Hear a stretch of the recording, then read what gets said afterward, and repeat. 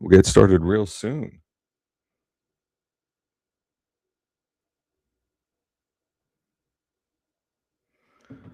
And if you want to join us, the link is in my bio on TikTok. You can come join the school community and check it out in there. I'm going to be sharing how Arthur turned one distressed seller into 3 potential transactions and my follow-up process on a inbound cash offer request lead. So we're going to get started real soon here. Just have to take care of a couple of housekeeping items. Boom, boom, boom. Bing. And we got that going. We got that going.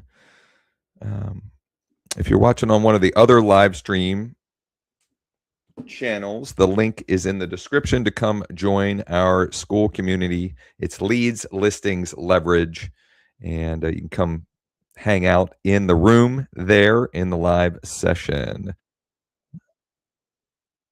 Oh, Richard, my goodness, like you're hunting me down. I was like 30 seconds late. I mean, golly. Fair enough. All right. So, Closers Cafe on a Tuesday morning, a day late for the week. Pam and I were driving. Well, actually, at this time yesterday, we were still getting Caden kind of squared away in his room. He had fairly significant surgery on Friday, so we were taking care of him, getting him settled, and making the long drive back from Kentucky yesterday. So back and settled and ready to rock and roll for the week. I'm going to share primarily 2 things this morning. Number one, I'm going to unpack a win that Arthur emailed me this morning using LeadDeck. And number 2, an example follow-up process with an inbound cash offer request motivated seller lead and what that looks like, specifically one that I've already connected with. In other words, it's not sort of the preliminary stage. I've already made it to another checkpoint with this person, a significant text exchange, and then a phone call conversation when we were in West Virginia, I think. It's when I talked to Jason yesterday. Pam drove for the most part because she gets car sick if she's not driving. So I at least was, somewhat productive on that trip. So let's go ahead and rock and roll. If you're on TikTok, you can come hang out in the room here. The link to our community is in the my bio, and if you're on one of the other platforms, the link is in the description. I see Arthur is on here, so I'm going to start by sharing an email Arthur sent me this morning, which is as follows. Whoops, hold on. Skip. Nope. Perfect, because I know people are going to be curious. So this is the email Arthur sent this morning. Hi, Josh. I finally got my my seller master deck set up with distressed sellers, about 38 in all. Specifically, what he's referring to there is he had distressed sellers, motivated sellers, that he uploaded into the system under what we call our master deck, or I think we're just going to call it my seller deck. I don't know, words, whatever. But using his LeadDeck license with data that he already had. He goes on to say that the first call I made went to voicemail. I didn't leave a message. However, I did send the simple text, would you consider an offer on your property at X for the right price? The answer came back, yes. That started the texting conversation, only to find out that he's looking for another property at the north end of the county and also has another property to sell. So I had a great LeadDeck day yesterday. Just wanted to share. So Arthur also left us a Google review, which if you are a LeadDeck licensee and you haven't already done so, we would love a rating and review on Google. You just Google LeadDeck AI Harrisburg. I think is the fastest way to find it. I can find the link for that. And I also wanted Arthur to share this in school to inspire and share what's working. So a couple of questions, Arthur, for you. Number one, the distressed sellers. Did you have all of the data? In other words, you had contact info, or did you skip trace them with LeadDeck?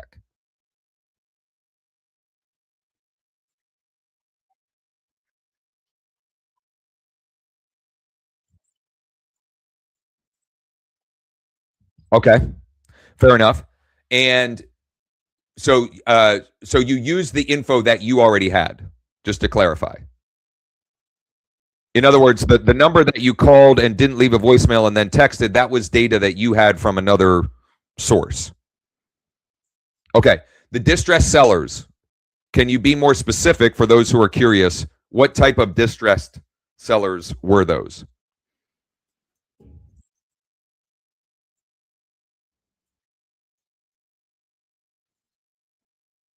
Okay.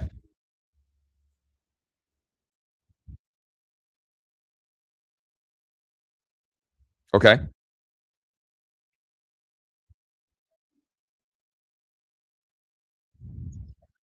Okay. Fair enough.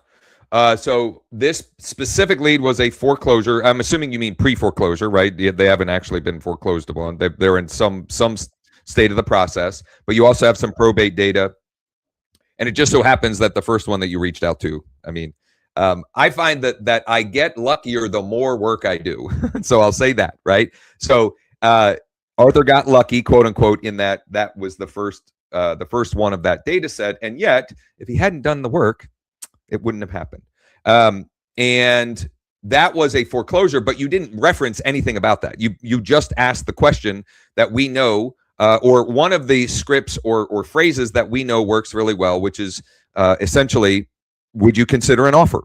Would you consider an offer? So anything else that would be relevant or important for folks to be aware of if they're wanting to do the same with their LeadDeck license?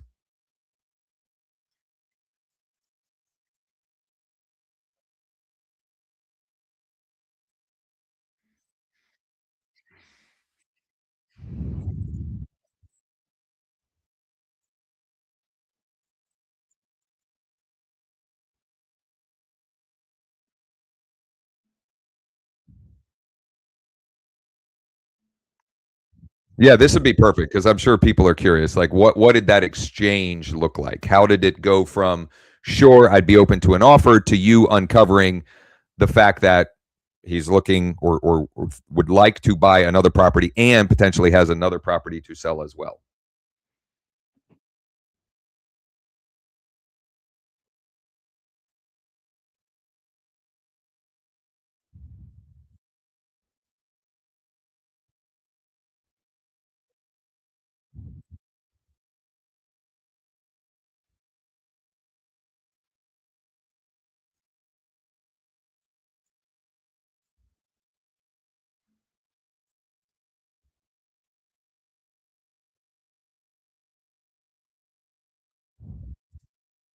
Sure.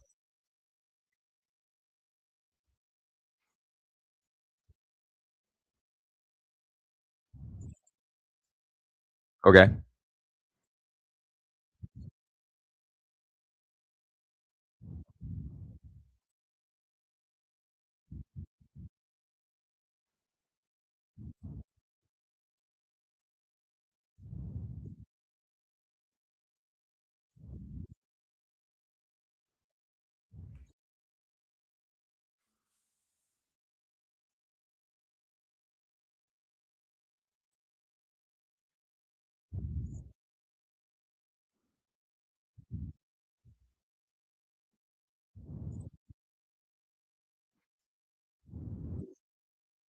Right.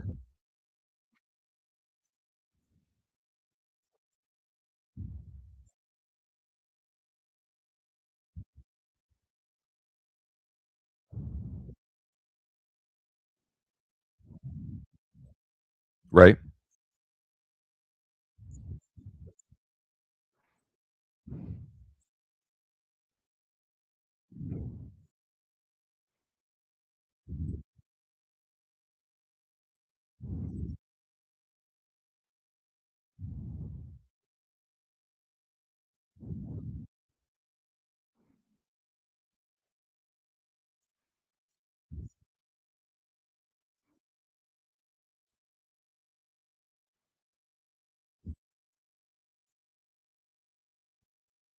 Yeah.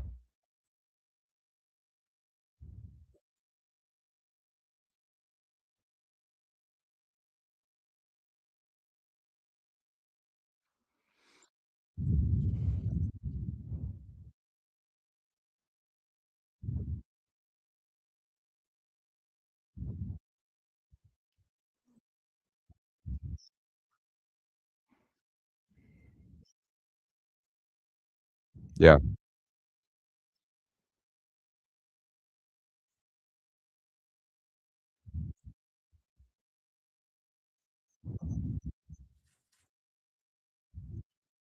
Right. Could have been the 10th one. Yeah. Could have been the 10th one or the 38th one. Right. Yeah. Great stuff. So a couple things that I'm just going to double tap on to emphasize for everyone. Number one, he went for the connection. When would you be available for a quick chat? Um, they came back and wanted to keep the conversation on text message, right? So a good reminder that wherever the prospect is comfortable, keep the conversation going on that channel until the next logical step has to be a different channel, a phone call, an in-person appointment, etc. And a slightly different variation that Arthur could have said would be, would you be available for a quick chat or would you prefer text? That has been that's a little script that I've used, and some people will tell you they're open to a quick chat. Some people will tell you, I prefer text for now. And though Arthur may have preferred a phone call, he ended up getting a ton of information and details that's what the point of the call would have been anyway. So like, who cares? So that's number one. Number two, when you get someone that says sure or I'm open to an offer, etc., a question you might ask, and I'm gonna, the reason this is coming up for me because the next thing I want to share is an exchange that I had with this motivated seller and what I'm doing next with this person. I tend to, or will typically ask, depending on how they reply to that question, how much are you looking to get for it, or something along those lines. I will say something like, any idea how much you're looking to get for it? And sometimes they will throw resistance, and that's fine. But if I get an answer, it gives me an idea of what level of motivation and how realistic they are. And it sounds like in that case, Arthur didn't necessarily specifically ask that question, but he did obtain that information. He was able to obtain what number they were thinking on the original property that he was contacting for. The last thing that and Arthur did a wonderful job of illustrating this is just peeling the onion, making sure that we're asking questions. All of our replies ideally will include a question to gather more information and intel. Not because we're trying to interrogate them, but the more information we obtain, the better we can determine how we can best help them. And so kudos, Arthur, for taking action. And you'll have to keep us posted on how that goes. Significant opportunity, and also he's going to have to work to earn it, which is what this business is around, right? Like, it's these commissions don't just fall into our lap. We have to start with a conversation, and we turn that conversation and hopefully into, in this case, maybe multiple contract opportunities and then multiple closings. So, Arthur, thank you for sharing and being, willing on a very short notice to answering a couple of follow-up questions as well. So this is going to be short and sweet this morning. I'm going to share one other thing. We can open it up for a little Q&A if anybody has anything. And then I've got a busy day because I'm playing catch up today. So I'm going to get to getting. I got an inbound motivated seller lead yesterday. Okay. And this is the text exchange that I had, and then I ended up having a phone call. So I don't know. This came in not early morning, but earlier in the morning, and we were still getting cadence settled. So at 11:30, I texted him this sequence of texts. Hey, Jason, it's Josh with eXp Realty. Looks like you requested an offer for the street address. Is that right? And I had the number wrong because I was like, a million things going on. And he replied that. Now, before I had texted, or before or after, I don't remember, I did also leave him a voicemail. And the voicemail on an inbound seller lead like this that I leave is as follows. Hey, Jason, this is Josh with eXp Realty. It looks like you had requested an offer for your property at 409 South 4th Street. I was calling to confirm that's correct and also have a couple of questions for you when you have a minute. If you would, please give me a call back, or you can text me back at this number. That's the voicemail. Gosh. Now our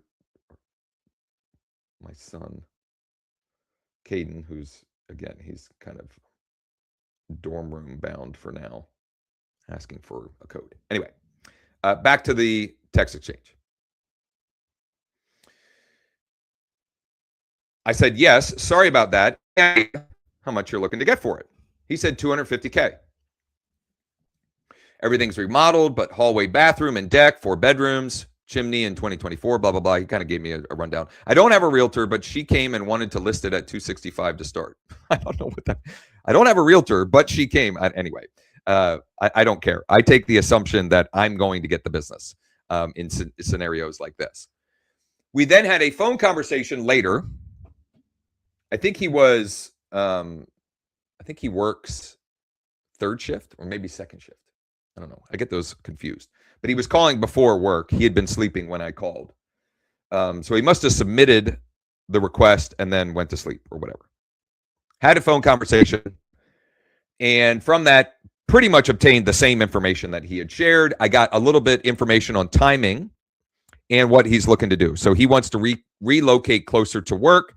He's probably going to rent temporarily, which on the one hand is a bummer because, it negates the possibility of multiple transaction sides. On the other hand, if I do a good job when he's ready to buy, I'll still get that potential. On the other hand, it's less to coordinate because it will be easier for him to find a rental property than it will be to coordinate the purchase and sale, but both at the same time. So the first thing I always do in these scenarios, is I want to see what kind of institutional offers, instant offers, come back on the property. So I submitted this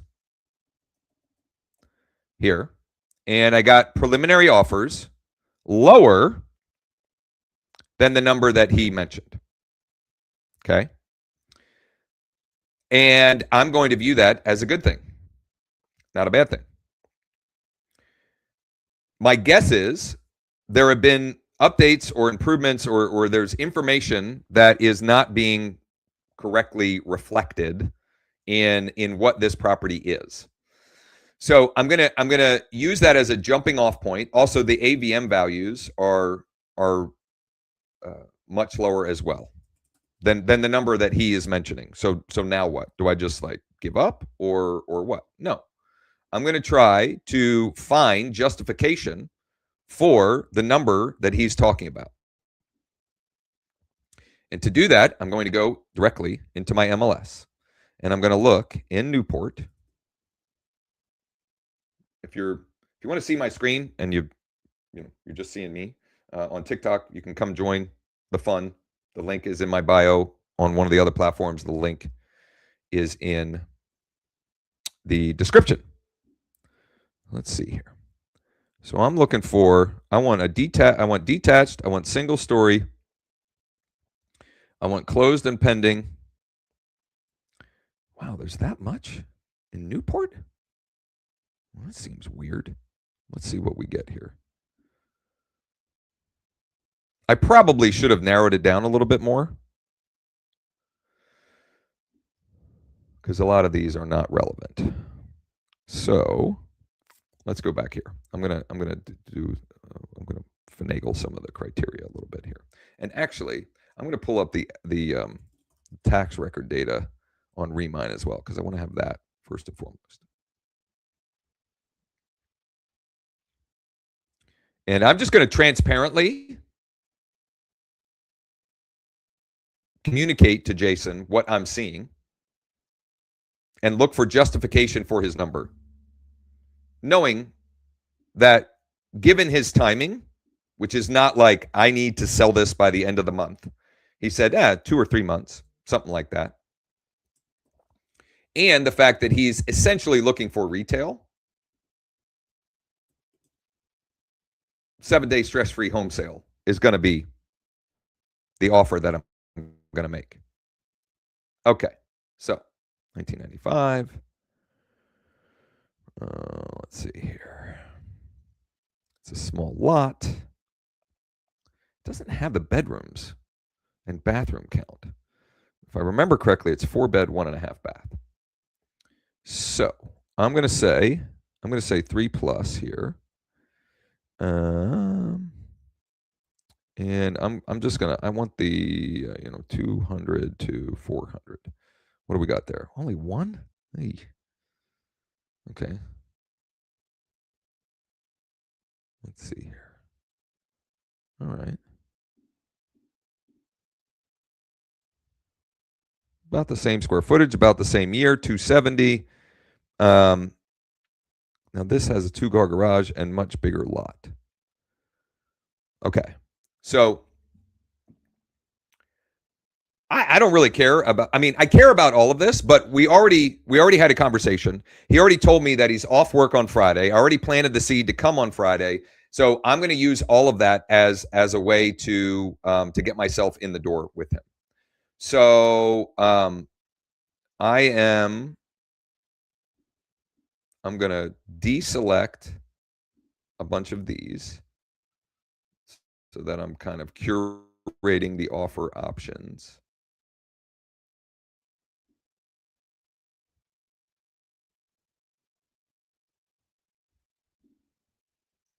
And I'm going to send him a Loom video.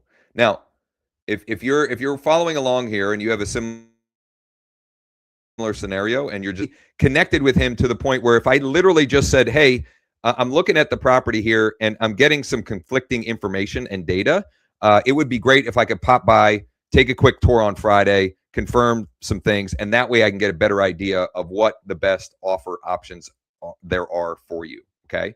However, I'm a big proponent of sending personal video messages, and I want to send him something between now and then. It also allows him to see my face and connect with me on some deeper level. So I'm going to open up this. I got to get rid of this. How do I get rid of this here in the sidebar? Nope, that's not it. How am I going to hide that? Close? Oh, okay. You guys are all still there, though. Yeah, okay. We're still good. So I'm going to record him a short video message that I'm going to send to him. And then regardless of the sending the video, I'm going to make sure that I get my in-person appointment scheduled with him for Friday. I use Loom. You can use whatever you want.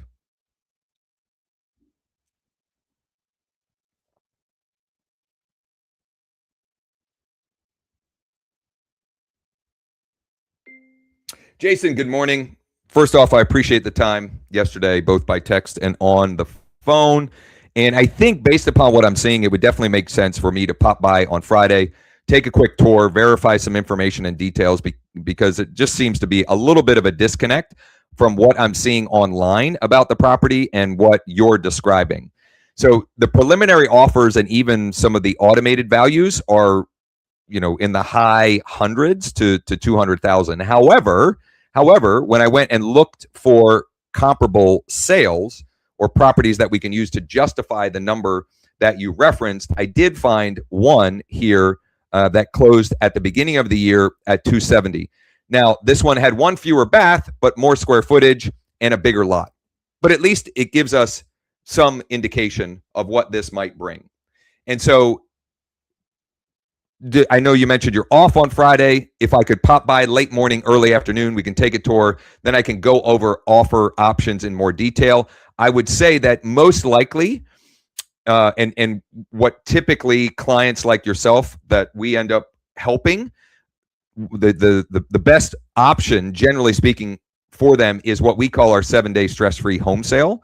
That is a documented process that we have for helping folks like yourself net the most from the sale. In other words, walk away with the most equity from the transaction with the least amount of hassle, etc. So let me know if if late morning or early afternoon would be better on Friday, and then we can explore in more detail. I can confirm some information that maybe isn't jiving with what we're seeing online, and also explore next best steps.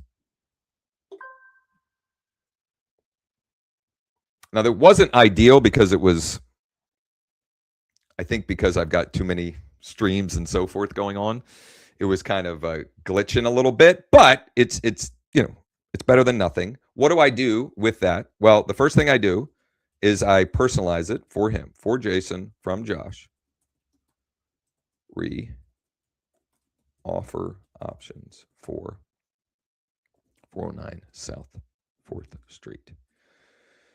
So that's what we're going to do first and foremost. Then I'm going to email it to him, and I'm going to text it to him. I'm not going to call him about it because, again, he's probably sleeping.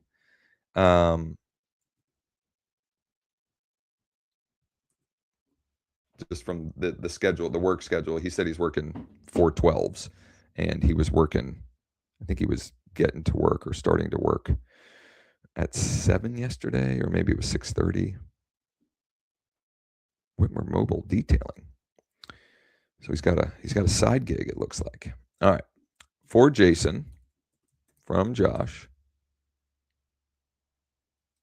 409 South 4th Street. Morning. Thanks for the time yesterday. Check this out when you have 2 minutes.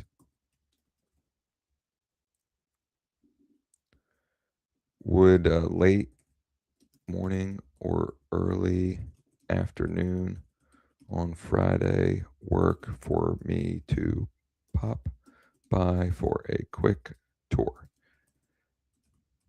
Notice, very low commitment. Pop by for a quick tour.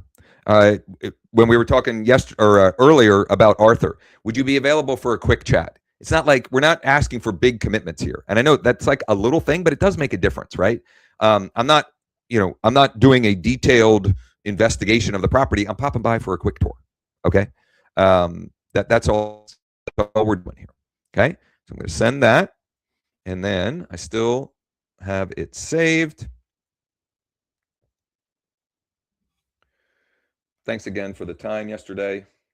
Period. Check this out when you have a couple minutes. Period. Would early afternoon, late morning, or early afternoon work for me to pop by for a quick tour on Friday? Question mark.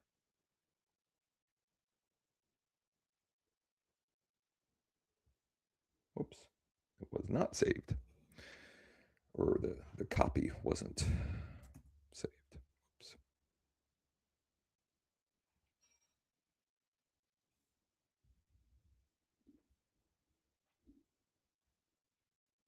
So for whatever reason, the preview isn't fully populating, but normally, whoops, still doing talk to text.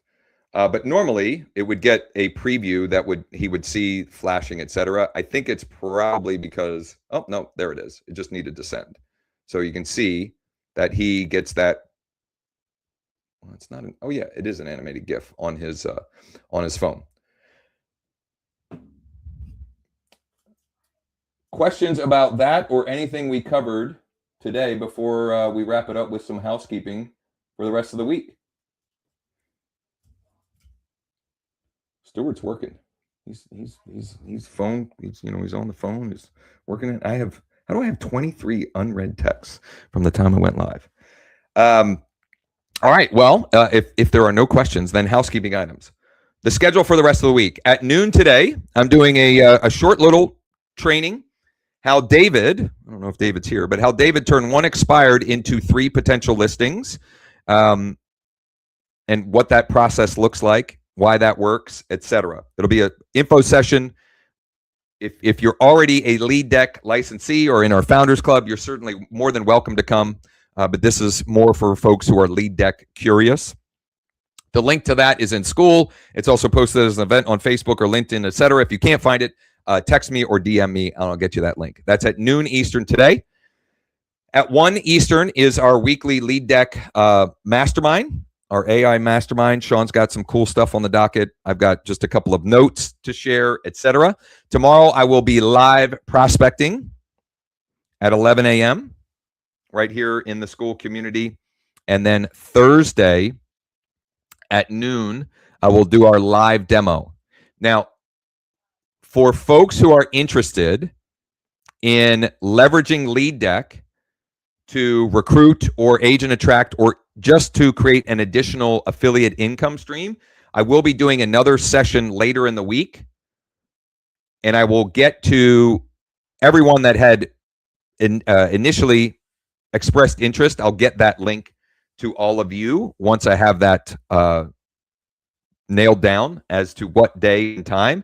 And then I do anticipate that being a regular, an ongoing weekly session where we're going to talk about improvements that we've made to the affiliate center and using it for that specific use case, as well as how to promote your affiliate link, connect with agents, etc.